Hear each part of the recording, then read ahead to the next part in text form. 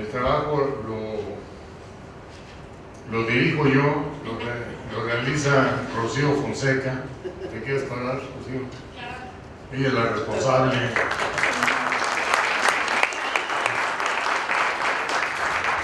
la generación de toda la información que está contenida aquí, la que es hecha el trabajo pesado. Yo hago la parte interpretativa, que es bastante más cómoda. Bien, básicamente el objetivo del proyecto inicial pues es lo que nos presentaba el CRT, encontrar una serie o varias pruebas que científicamente sustentadas permitan evidenciar en forma unívoca la procedencia del producto, es decir, certificar que efectivamente se trata de tequila. La idea es que las pruebas fueran fácilmente reproducibles en cualquier laboratorio del mundo, básicamente pensando en el sistema de aduanas, en donde se pudiera montar las metodologías para identificar el producto, ¿sí? Y que evidentemente no deje lugar a dudas, ¿sí? Entonces, ese reto, el problema que tenemos con la producción de tequila, pues es el número de variables que tenemos.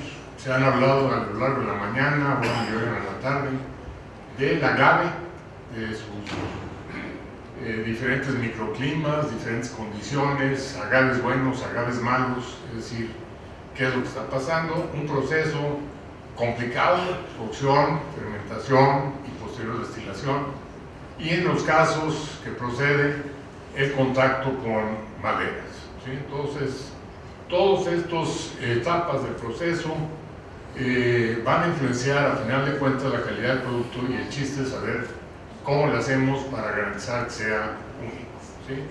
Entonces, distinguir a tequila de otros productos, pues algunos está fácil, ¿no?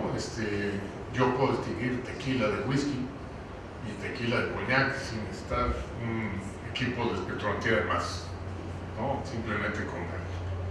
Las otras son las que son problemáticas, las bebidas adulteradas. Bebidas apócrifas, es decir, hacer pasar cualquier otro tipo de destilado de otro origen como si fuera tequila, con algún tipo de saborizante, y otro más complicado, que es el de las bebidas destiladas de agave, pero no controladas por el CRT, ¿sí? Y la diferente variedad de otros tipos de destilados que en un momento dado se pudieran hacer pasar por tequila, ¿sí? Entonces, la posible solución, y esto viene a colación por los trabajos que se hicieron en Francia con respecto al coñac, en Inglaterra con respecto al whisky, que es el enriquecimiento isotópico de carbono 13 y oxígeno 18 por la bioquímica de las plantas, ¿sí? Entonces, la bioquímica de la planta de alguna forma favorece esto que llamamos enriquecimiento isotópico, ¿sí? Para ello se requiere un equipo de muy alto costo, un cromatógrafo de gases acoplado a un espectrómetro de masas de resolución isotópica, que el CRT lo adquirió para beneficio de la cadena agave tequila. Y después de tener el equipo, pues una de las partes fundamentales es asegurarse que los resultados que se obtengan sean confiables, estén validados, tengan trazabilidad, todos esos elementos que dan confianza sobre el resultado cualitativo de un resultado, ¿sí? Entonces,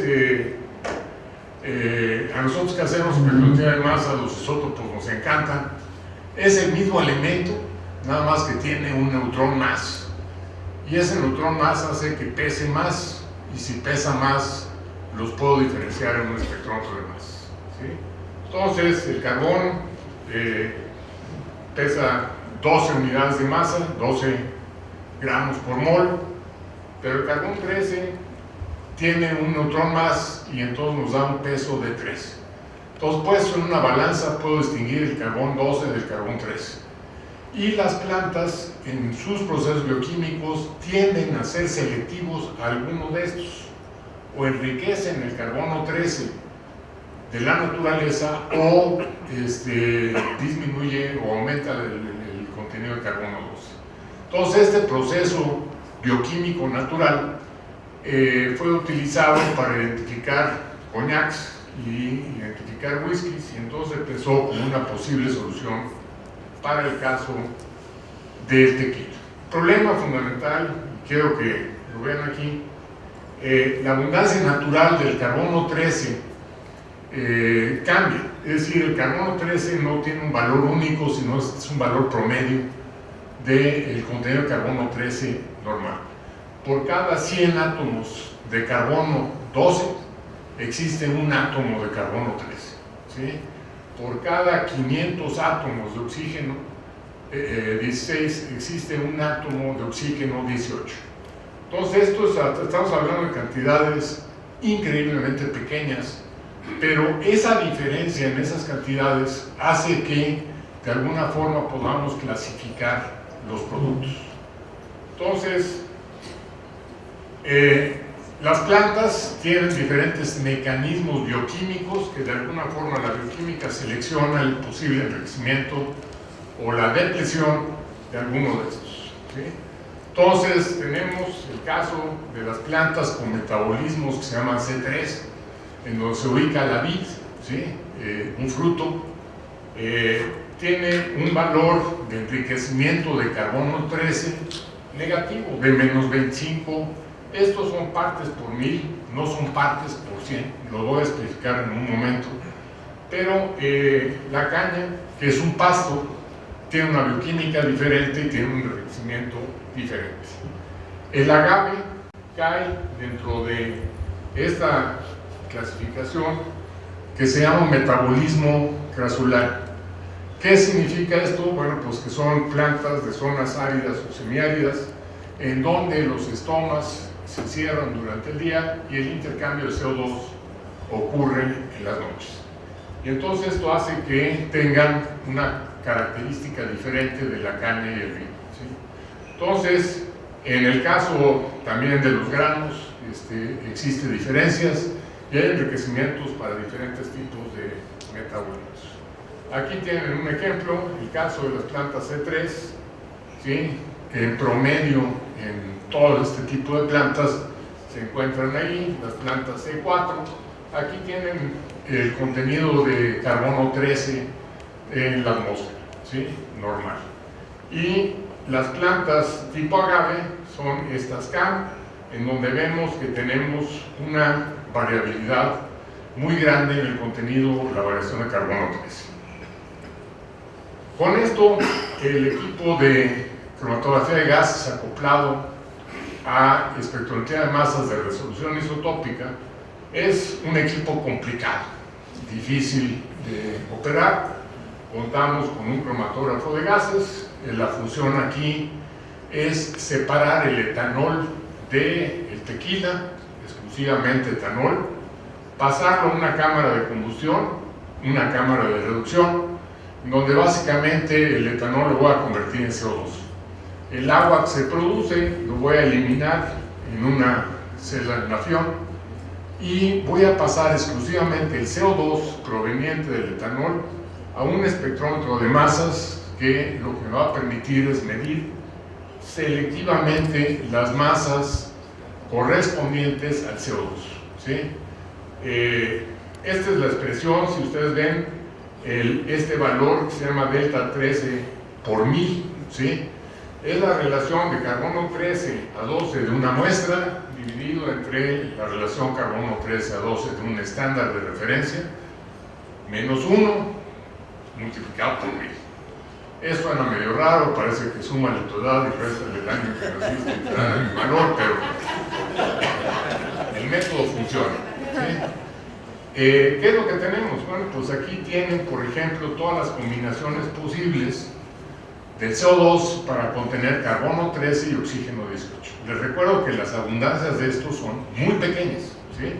Pero las masas, el CO2 compuesto de solo carbono 12 y oxígeno 16 pesa 44, un carbono 13 le da 45 y así sucesivamente podemos tener diferentes masas. Y esta es manejable ya en el laboratorio, es decir, ya lo podemos hacer con una muy buena precisión. Este es el ejemplo del resultado del equipo. Lo que vemos aquí es una serie de estándares de referencia el tipo correspondiente al etanol y después otro estándar de referencia. Presento esto porque este método tiene una cantidad de elementos de control enormes. Es decir, tengo control de un estándar de referencia que se corre junto con la muestra, lo cual me va a garantizar que los resultados son aceptables. Entonces, con esto empezamos el estudio. Hemos analizado 125 empresas, más de 496 muestras clasificadas por tipo, clase, región, más las bebidas que pudieran adulterarse o cambiarse o modificarse, como son el bacanora, charanda, mezcal, raicilla, alcohol de caña, alcohol de grano y otros. A Rocío ha analizado de todo, hasta cremas de coco, con tequila con sabor a café, a chocolate, etc. Entonces, hemos abarcado un intervalo grande de empresas y de productos. ¿Sí? Lo que quiero presentarles ahorita ya brevemente son los resultados, a dónde hemos llegado y a dónde vamos. Entonces, lo primero fue validar la técnica, es decir, asegurarnos que los resultados que teníamos son correctos, para lo cual se establecieron una serie de controles de calidad, siguiendo las normas de la ISO 17025, donde, lo que ven, tenemos tablas de control. Este es el caso de etanol, pero se corre un tequila, se corre un estándar de referencia internacional, certificado, etc. Para carbono 13, y lo que empezamos a hacer fue meter el método de control, es decir, que la variabilidad en el método fuera aceptable. Para oxígeno 18, aquí ven pequeños gaps entre los datos. Es que el equipo o corremos carbono 13 o corremos oxígeno 18. Entonces, los espacios están intercalados cuando hacemos oxígeno 18, cuando hacemos carbono 13. Pero bueno, para mayor credibilidad, el laboratorio se sometió a un ejercicio de intercalibración internacional con esta compañía Eurofins, que se dedica a certificar todo este tipo de análisis. Y vean el resultado del laboratorio de isotopía del CRT, pues quedamos en tercero o cuarto lugar, depende de cómo lo ven, ¿sí? Generalmente las dos centrales son de la compañía que corre la prueba, con una estrellita. Entonces, después vamos a ver el origen de estos valores altos y valores bajos. Este es para carbono 13, perdón, este es para... Ya voy para el otro lado. ¿Cómo me regreso?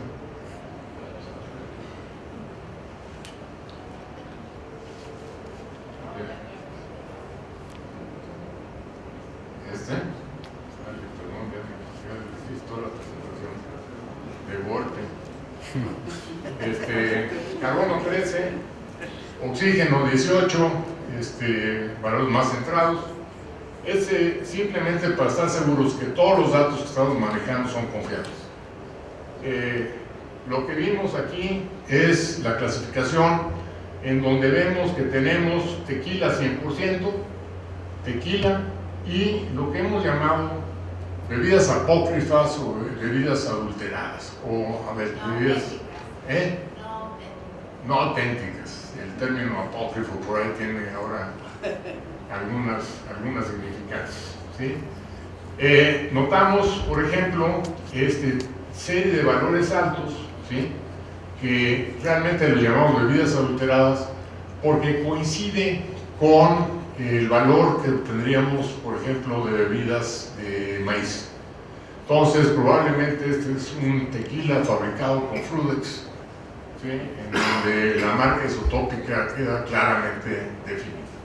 Estas otras que están valores más bajos, en donde podemos ver que a lo mejor se está usando alcohol de caña, como es el caso de tequila. Todos los valores de la media le dan más bajos, ¿sí? Para tequila y para este tipo de bebidas en donde se está incorporando probablemente alcohol de caña. Y aquí tenemos tequila 100%. En el caso de oxígeno encontramos lo mismo. El caso de las bebidas, estas apócrifas, realmente quedan en bebidas aquí, porque en el caso de oxígeno 18 no existe esa diferencia, esa comparación con los otros valores, ¿sí? Bien, haciendo el estudio estadístico, lo que tenemos hasta ahora, después de todo este lote de un chorro de muestras, casi 500 muestras, es que el caso de las medianas, si los comparamos, las bebidas, ¿cómo se llaman? No auténticas, se encuentran aquí. Las bebidas apócrifas, evidentemente, salen, ¿sí?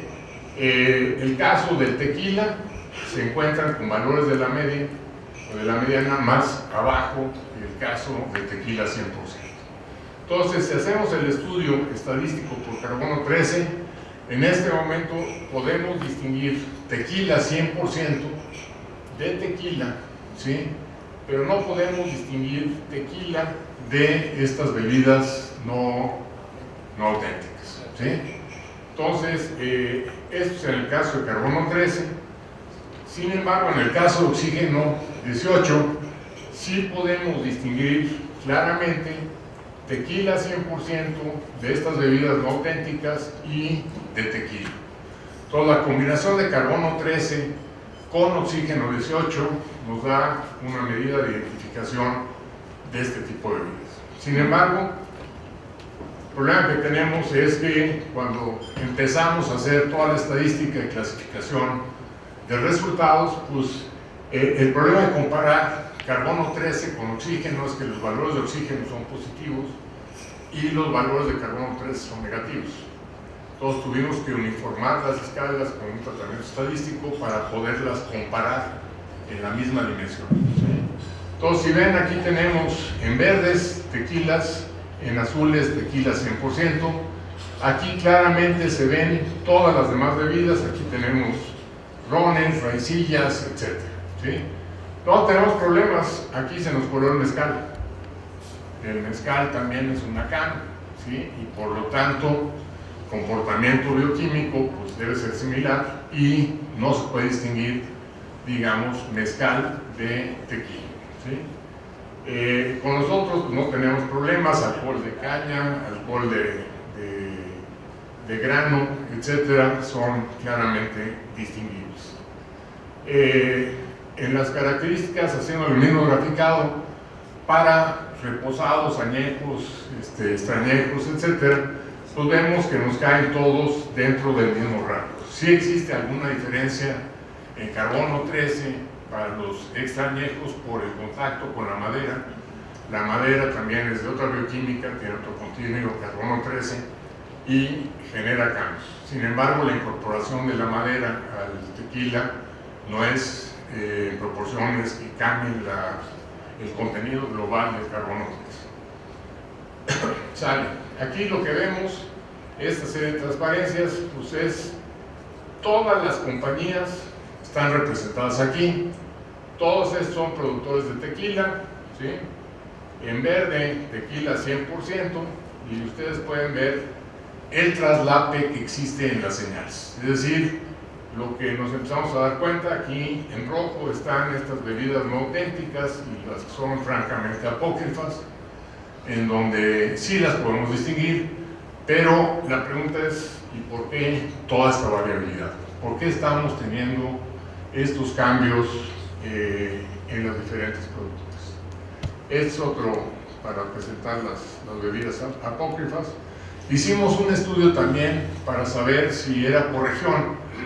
Esto se complica enormemente porque tenemos la declaración de los fabricantes del origen del agave, ¿sí? Pero lo que no sabemos es si mayoritariamente es de valles o es del sur, o si todas las producciones son exactamente del mismo tipo de agave.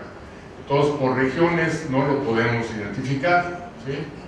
Y empezamos a ver, dado que teníamos un chorro de información, el estudio por compañía. Aquí no se preocupen, no vamos a revelar nombres, ¿sí? Todos tienen números, pero para nosotros fue muy ilustrativo, ¿sí? Lo que vemos, si ven, hay compañías, en verde está el valor de la media de tequila, en azul está el valor de la media de tequila 100%. Entonces tenemos compañías en donde tequila y tequila 100%, pues vean que no guarda ninguna proporción, ¿sí? Compañías con más muestras, pues francamente estos datos coincidirían con un alcohol de grano. Sin embargo está certificado, o sea, sabemos que esa empresa usa agave, ¿sí? Y aquí lo ven, por ejemplo, este es un tequila 100%, pero aquí también tenemos tequila 100%, ¿sí? Entonces empezamos a ver por compañía, ¿sí? En esta compañía, en donde preferentemente hacen tequila, ¿sí? Vemos que un tequila, 100% de ellos tiene un valor alto, lo cual es significativo, es decir, aquí probablemente usaron azúcar y les dio el valor bajo, y el tequila 100% lo mantuvieron y da un poquito arriba de la media de 100%. ¿Sí? Entonces, si nos vamos así, pues lo vemos, hay compañías que nos han proporcionado muchas muestras, lo cual agradecemos porque prácticamente pudimos hacer esto. Y aquí lo ven, este es el caso de compañías en donde la variabilidad pues, es gigantesca, ¿sí? Las bebidas, perdón, aquí tenemos estas bebidas no auténticas, ¿sí? En el caso de carbono 3. Si me voy a oxígeno, pues el resultado es prácticamente lo mismo. Los valores en oxígeno están más cerrados, por eso en el manual estadístico oxígeno nos discrimina mejor entre las bebidas no auténticas, tequila y tequila 100%. Entonces, vean los resultados, ¿sí? Tenemos variabilidad enorme, estas en rojo son estas bebidas no autentificadas, ¿sí? Entonces, conclusiones, con el método desarrollado nos permite distinguir productos no autentificados y realmente apócrifos, pero dentro de o los no autentificados del CRT. Sin embargo, la variabilidad de los contenidos de carbono 13 y oxígeno 18 hoy no nos permiten dar un valor para una norma que nos permita decir un tequila 100% debe tener tal contenido de carbono 13 y tal contenido de oxígeno 18, que se pudiera usar en forma internacional. Necesitamos determinar la fuente de variabilidad de el tequila y tequila 100%. Entonces, lo que sigue ahora es una es el contenido de carbono 13, oxígeno 18 directamente en la planta, o en los fructanos o directamente en la planta, para ver si la variabilidad depende del clima, del terreno donde se cultivó el agave, etc. O la otra, que es algo que ya se usó para el caso de whisky, que aquí sí, a pesar de que los productores de coñac y los de whisky dicen que ellos tienen resuelto el problema de las falsificaciones, tan igual que nosotros. La variabilidad que tienen, cuando uno ya revisa las publicaciones, están exactamente los mismos problemas.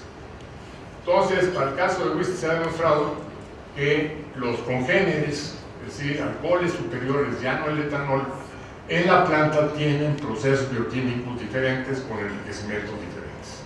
Entonces, si yo logro ahora con el equipo que ya contamos hacer la separación de todos los demás alcoholes, de los congéneres, podemos llegar a algo que ya se hizo con el whisky, en donde al tener más anclas en el valor de los componentes podemos ver que se forman figuras poliédricas diferentes para whisky. Todo lo que esperamos encontrar justificación para la variabilidad en estos casos de carbono 13 y oxígeno 18, un estudio que vaya un poquito más allá.